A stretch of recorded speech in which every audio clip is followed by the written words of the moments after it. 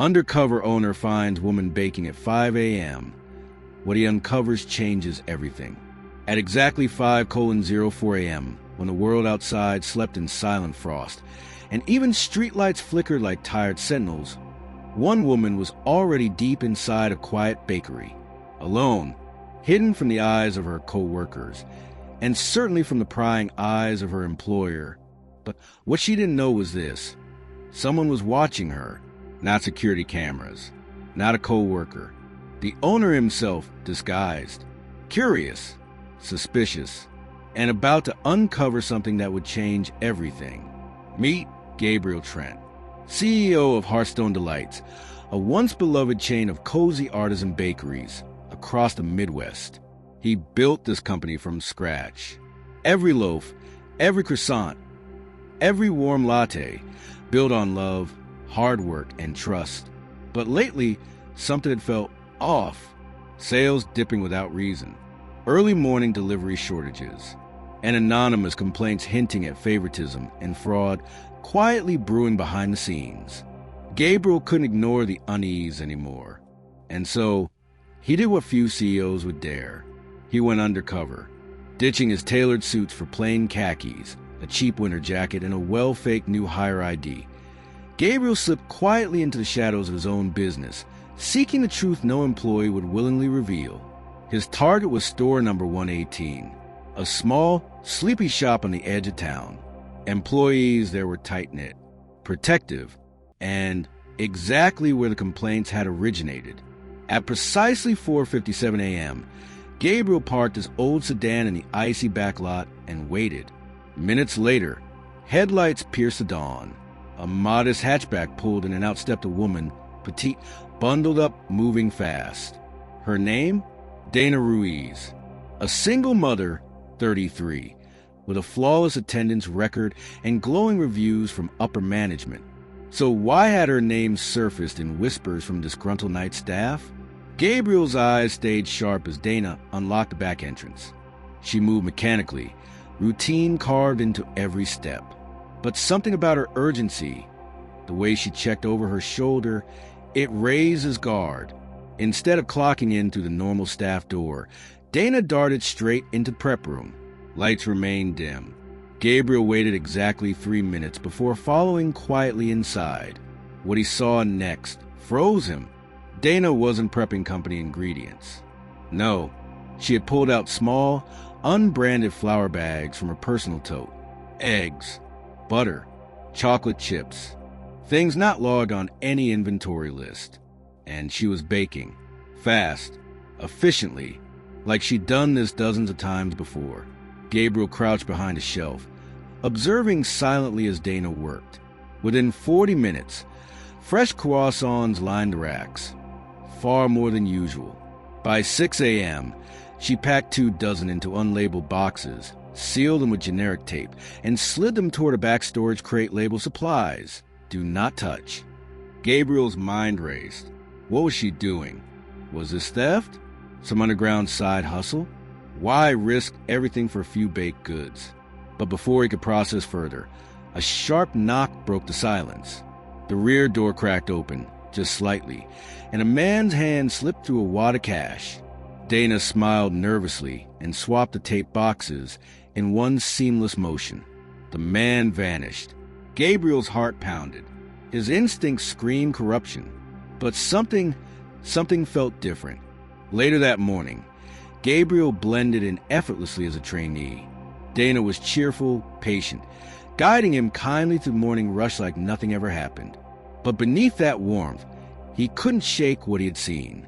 After his shift, Gabriel returned to his hotel, watching the security footage on his burner laptop. The same shady transaction had happened 3 times that week. And every time, the same man picked up the same taped boxes before sunrise. He knew what he had to do.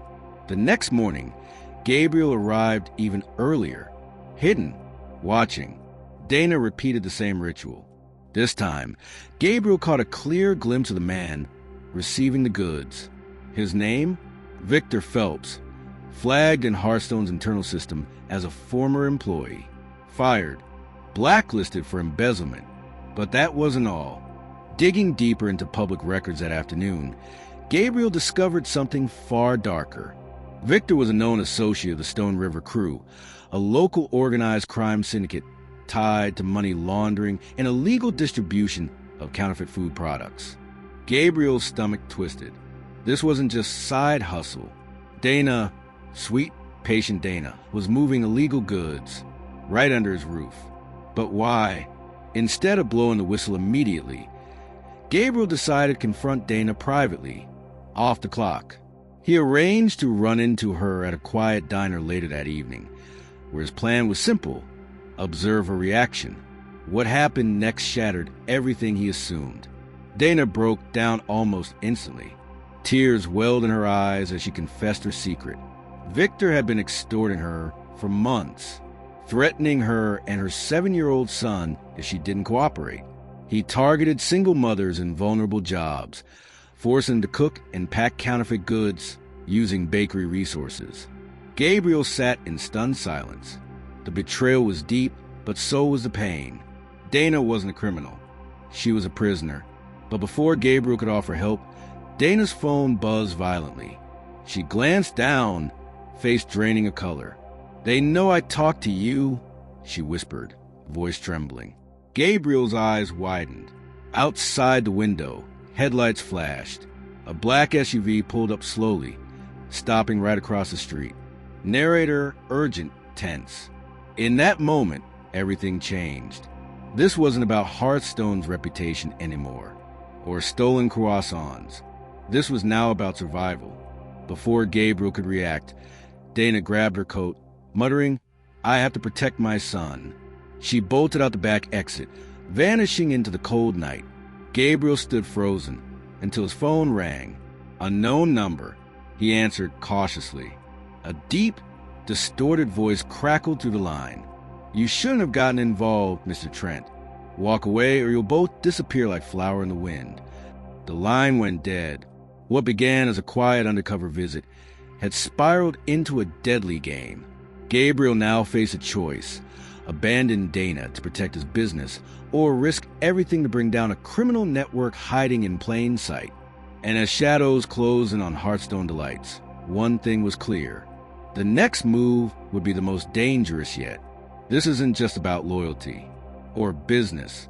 It's about how far one man will go when faced with a hidden war he never saw coming.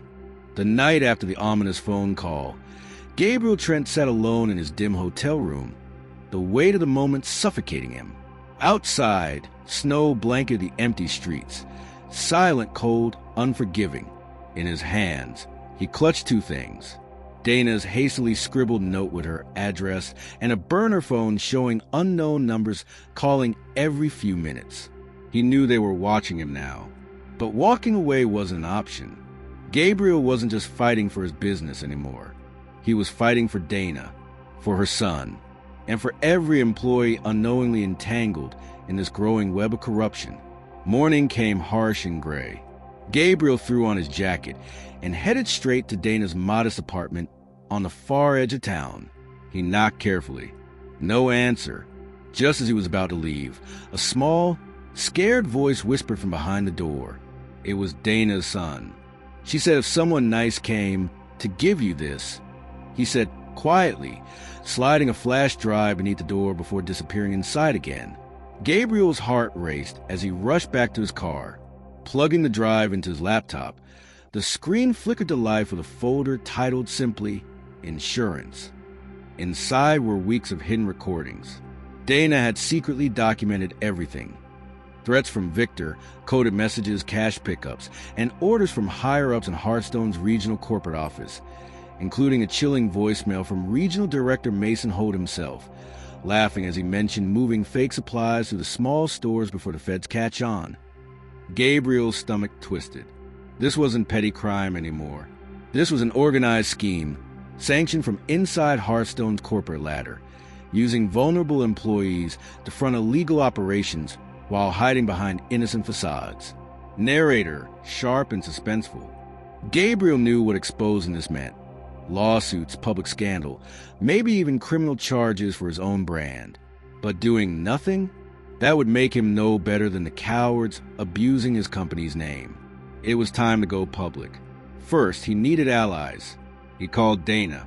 She was hiding with her son at her sister's house outside town. Tearfully, she agreed to cooperate, but only if Gabriel promised she and her son would be protected. Next, Gabriel met with his most trusted senior employees, those he handpicked years ago for their loyalty and integrity.